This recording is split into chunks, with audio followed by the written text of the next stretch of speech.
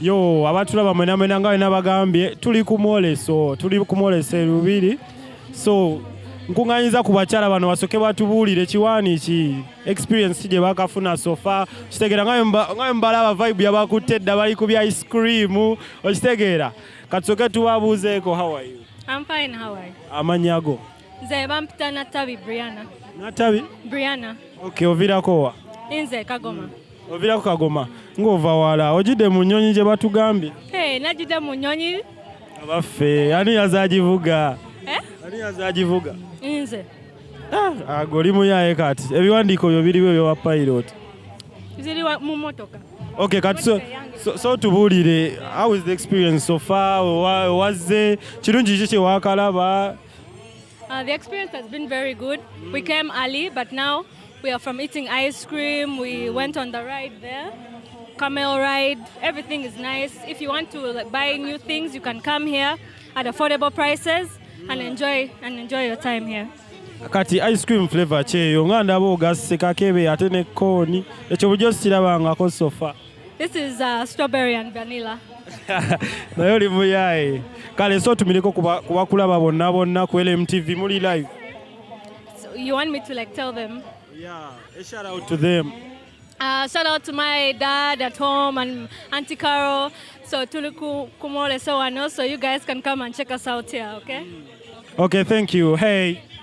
Hi. How are you? Okay. Amannya go ne gy'oviiri? Mumbejja Susan. Oli live ku LMTV badde okimanyi? Nedda. So obuzeeko kubakulaba bonna. Just kajambo. Ako kamala kikwano. Okay, kati so tubuulire ku experience sofa ekibirungi bye wakalaba mwoleso kipya ki ekirimu? Ndabye twesuubye ne tuyiga ne tusoma buli kimu. Okay, nawulidde bagamba baleese ennyonyi ogenda girinnyako? Mami agambye agenda tusasulira singa tuba tumaliriza wano ng'agenda tusasulira. Waze ne mami?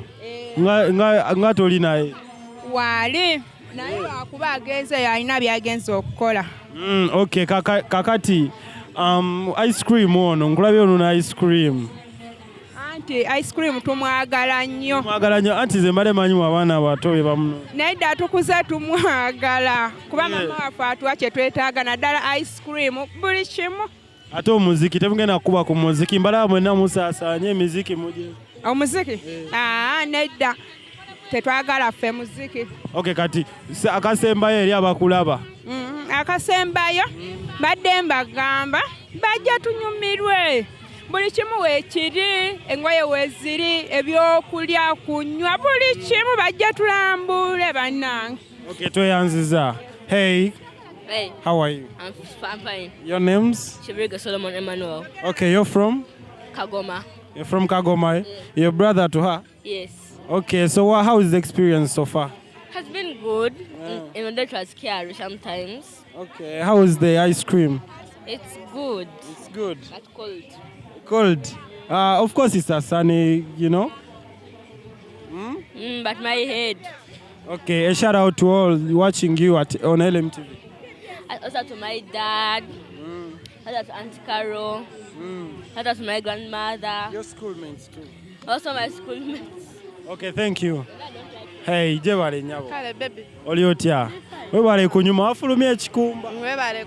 So balage ekikumba yafulumya ekikumba outfit de yaddedde okitegeera okimanyi ekyo kyewakubye we bakiyita nabamu anti kala nyingi buli kala ku nsi ogikubye ogimaze ne bushedzi oba oli muyimbi ofaanana pinki naye tokisussa kala amannya go ne gy'oviiridde amanya gange nze na Magembe Anet nga nviiridde Kagoma mwena nga muva Kagoma mwaze baasi tuze myaffe nga bw'otulaba. Okay, muli family yemu Okay, ndaba mufaanagana mwenna lwakuba ate abamu balimu oluzungu abamu basomera ttake Maama tubireke bulesi.